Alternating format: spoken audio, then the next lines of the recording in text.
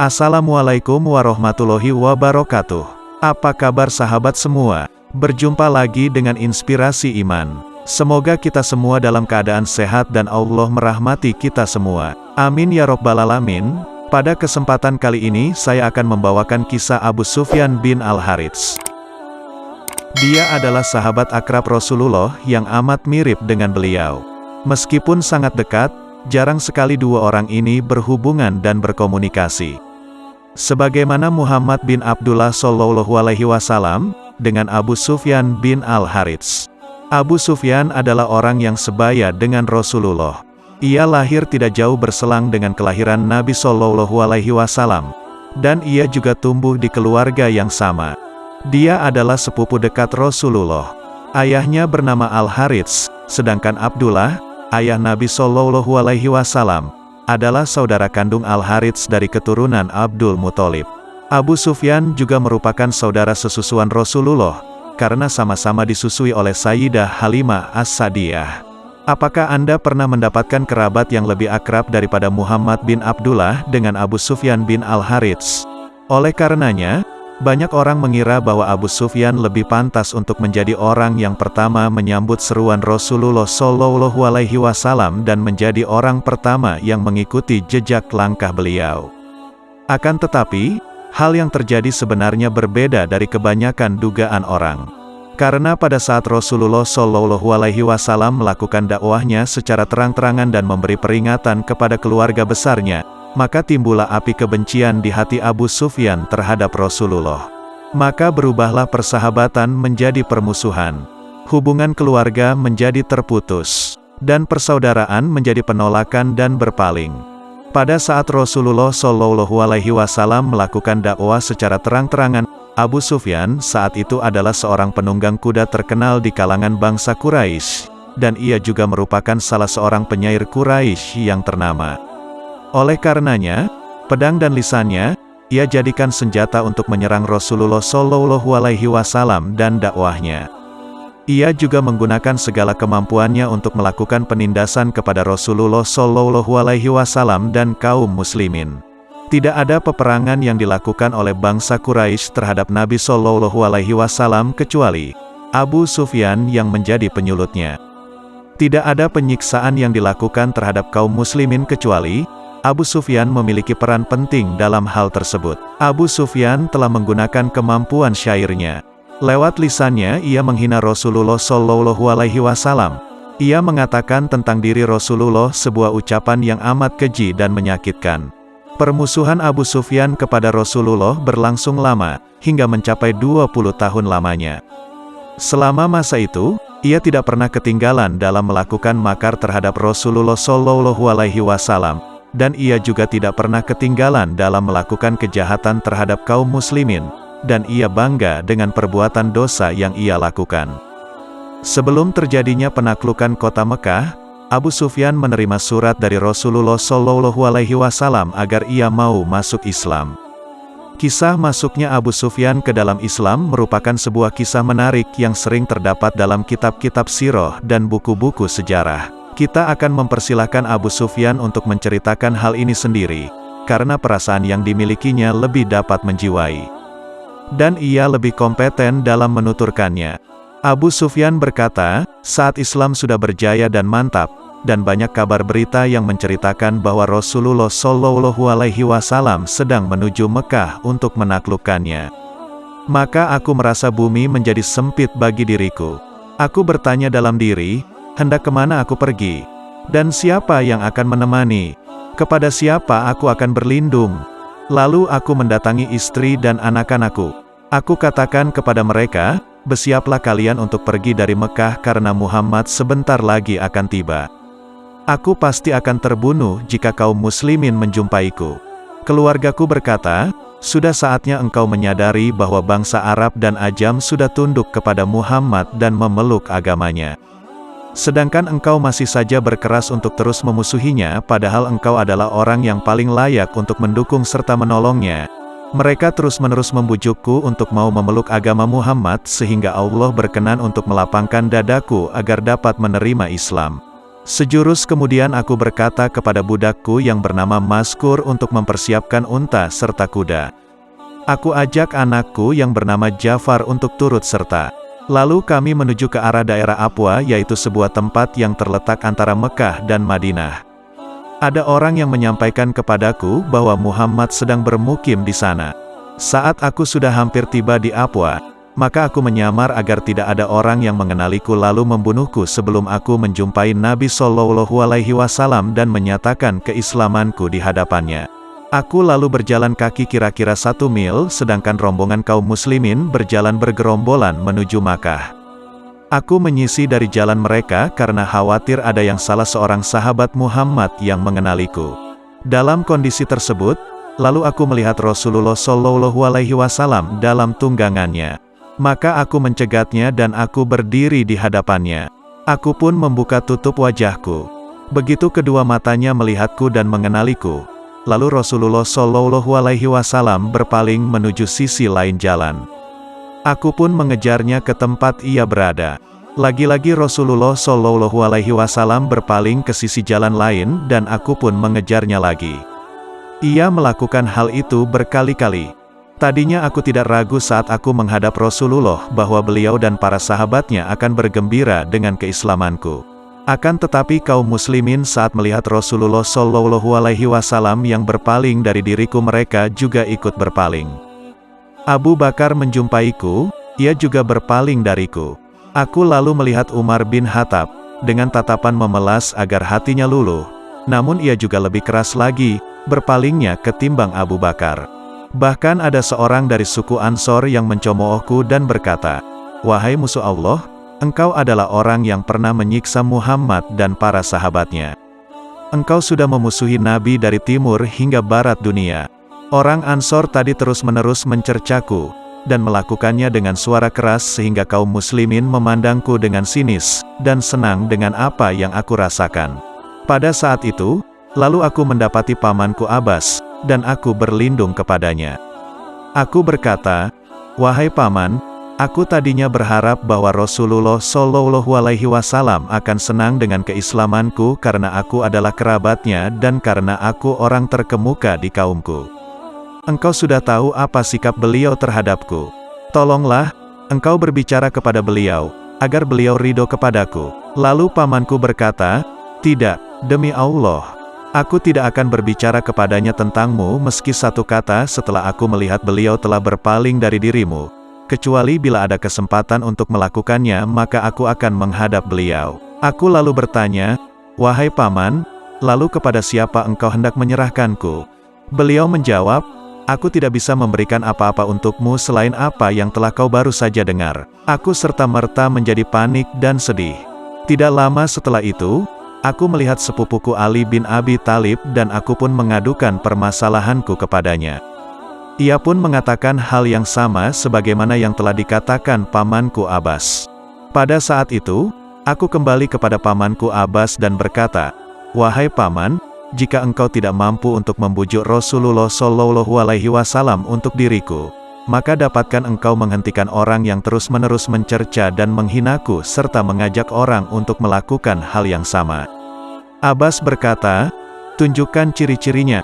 Aku pun menunjukkannya. Abbas berkata, "Dia adalah Nuaiman bin Al-Harits An-Najari."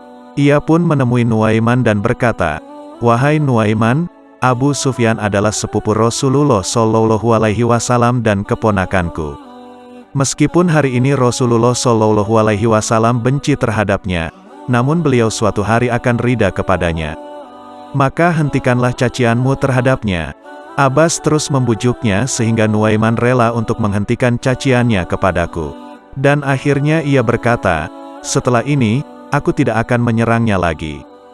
Begitu Rasulullah Shallallahu Alaihi Wasallam singgah di Jufah, aku pun duduk di depan pintu rumahnya. Aku disertai putraku Jafar yang berdiri. Saat beliau melihatku, ketika beliau keluar dari rumah, beliau memalingkan wajahnya dariku. Namun aku tidak berputus asa untuk membuat beliau ridho kepadaku. Aku berusaha agar dapat bisa duduk di depan pintu rumahnya di setiap tempat di mana beliau singgah. Dan aku menyuruh Jafar berdiri di sampingku. Setiap kali Rasulullah Shallallahu Alaihi Wasallam melihatku, ia langsung berpaling dariku. Aku terus-menerus melakukan hal itu dalam masa yang lama. Begitu aku sudah tidak sanggup lagi, aku berkata kepada istriku, demi Allah Rasulullah Shallallahu Alaihi Wasallam akan ridho kepadaku, atau aku akan mengajak anakku ini untuk berjalan di muka bumi sehingga kami mati kelaparan atau kehausan. Saat hal itu terdengar oleh Rasulullah Shallallahu Alaihi Wasallam, pasti ia akan kasihan kepadaku. Saat Rasulullah Shallallahu Alaihi Wasallam keluar dari kubahnya, beliau memandangku dengan pandangan yang lebih lembut dari sebelumnya. Aku berharap beliau akan tersenyum. Kemudian Rasulullah Shallallahu Alaihi Wasallam masuk ke Mekah dan aku berada dalam rombongannya. Beliau kemudian menuju Masjidil Haram, dan aku pun berlari di hadapannya agar tidak tertinggal. Pada peristiwa Hunainin, bangsa Arab berkumpul dengan jumlah pasukan yang amat besar untuk memerangi Rasulullah Shallallahu Alaihi Wasallam dan belum pernah mereka sedemikian banyaknya. Mereka mempersiapkan persenjataan yang belum pernah selengkap saat itu. Mereka bertekad untuk mengalahkan Islam dan kaum muslimin. Rasulullah Shallallahu Alaihi Wasallam lalu berangkat dengan serombongan para sahabatnya, dan aku pun ikut serta dalam rombongan itu. Saat aku melihat pasukan musyrikin yang sedemikian banyaknya, aku berkata, demi Allah, aku akan menebus segala kesalahanku dalam memusuhi Rasulullah Shallallahu Alaihi Wasallam, dan beliau pasti akan melihat perjuanganku yang akan membuat Allah dan beliau ridho. Saat kedua pasukan bertemu, kaum musyrikin sepertinya unggul terhadap pasukan muslimin. Maka merasuklah rasa khawatir dan putus asa pada pasukan muslimin. Banyak orang yang berpisah dari komando Rasulullah Shallallahu Alaihi Wasallam. Hampir saja kami mengalami kekalahan telak. Lalu tiba-tiba Rasulullah Shallallahu Alaihi Wasallam tetap tegar di tengah medan laga di atas bigalnya seolah gunung kokoh. Dengan pedang di tangan, ia mempertahankan dirinya dan orang yang ada di sekelilingnya seperti singa yang menerkam. Pada saat itu, aku melompat dari kudaku. Aku pecahkan sarung pedang dan Allah mengetahui bahwa aku rela mati demi Rasulullah Shallallahu Alaihi Wasallam. Pamanku Abbas menarik tali bigal Nabi Shallallahu Alaihi Wasallam dan berdiri di sampingnya. Dan aku berdiri di sisi sebelahnya. Di tangan kananku terdapat pedang untuk melindungi Rasulullah Shallallahu Alaihi Wasallam. Sedangkan tangan kiriku memegang hewan tunggangan beliau.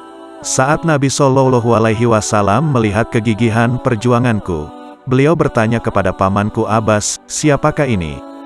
Abbas menjawab, dia adalah saudaramu dan sepupumu, Abu Sufyan bin Al-Harits. Ridhoilah dirinya, ya Rasulullah. Rasul bersabda, aku telah ridho kepadanya, dan Allah telah mengampuni permusuhan yang telah ia lakukan kepadaku. Maka hatiku langsung gembira mendengar Rasulullah Shallallahu Alaihi Wasallam telah ridho kepadaku. Aku mencium kakinya yang berada di atas tunggangan. Kemudian ia menoleh ke arahku sambil bersabda, wahai saudaraku, majulah dan bunuhlah. Ucapan Rasulullah Shallallahu Alaihi Wasallam mengobarkan semangatku. Maka aku menyerang kaum musyrikin yang menggoncangkan posisi mereka. Kamu muslimin kemudian mengikutiku menyerang mereka sehingga kami mampu mengusir mereka kira-kira sejauh 1 farsah. Dan kami mampu membuat mereka kocar-kacir. Sejak peristiwa Hunainin, Abu Sufyan merasakan indahnya keridaan Rasulullah Shallallahu Alaihi Wasallam dan ia bahagia dengan persahabatan beliau. Namun Abu Sufyan tidak pernah mengangkat pandangannya di hadapan beliau, dan tidak pernah pandangannya tertuju pada wajah beliau karena merasa malu dengan masa lalunya. Abu Sufyan selalu menyesali masa-masa kelam yang ia gunakan pada masa jahiliyah karena telah terhalang dari cahaya Allah, terhalang dari kitabnya. Oleh karenanya, ia senantiasa menghabiskan waktu siang dan malamnya bersama Al-Quran, mempelajari hukum-hukumnya dan menyerap segala nasihat yang ada di dalamnya. Dia benar-benar telah meninggalkan dunia dan menghadap Allah dengan seluruh anggota badannya. Sehingga pada suatu kesempatan Rasulullah Shallallahu Alaihi Wasallam melihat Abu Sufyan masuk ke dalam masjid. Rasulullah lalu bertanya kepada Aisyah radhiyallahu anha, tahukah kamu siapakah orang itu, ya Aisyah? Aisyah menjawab, tidak tahu, ya Rasulullah. Rasul bersabda, dia adalah sepupuku, Abu Sufyan bin Al-Harits. Perhatikanlah, Dia adalah orang yang pertama masuk ke dalam masjid dan dialah orang yang terakhir keluar. Pandangannya tidak akan berpaling dari gerak langkah sendalnya. Saat Rasulullah Shallallahu Alaihi Wasallam kembali ke pangkuan Tuhannya, Abu Sufyan bersedih atas kematian beliau seperti seorang ibu yang menangisi anak tunggalnya yang meninggal. Ia menangisi Rasulullah seperti seorang yang ditinggal mati oleh kekasihnya. Abu Sufyan membuat sebuah kasidah yang menggambarkan kesedihan dan kenestapaan. Ia berkata, "Tak dapat aku tidur, dan malam terasa panjang bagiku. Malam musibah bagi saudaraku begitu panjang. Aku bahagia, karena deritaku tidak terlalu panjang. Sepanjang musibah yang dirasakan oleh kaum muslimin. Musibah terasa berat bagi kami, apalagi di saat Rasul diambil ruhnya. Karena musibah ini, semua sisi bumi terasa sempit. Kami kehilangan wahyu dan orang yang senantiasa dihampiri oleh Jibril. Dan itulah yang lebih pantang menjadi perjalanan jiwa manusia. Dialah seorang nabi yang telah melenyapkan keraguan diri kamu dengan apa yang diwahyukan kepadanya dan dengan apa yang ia sabdakan.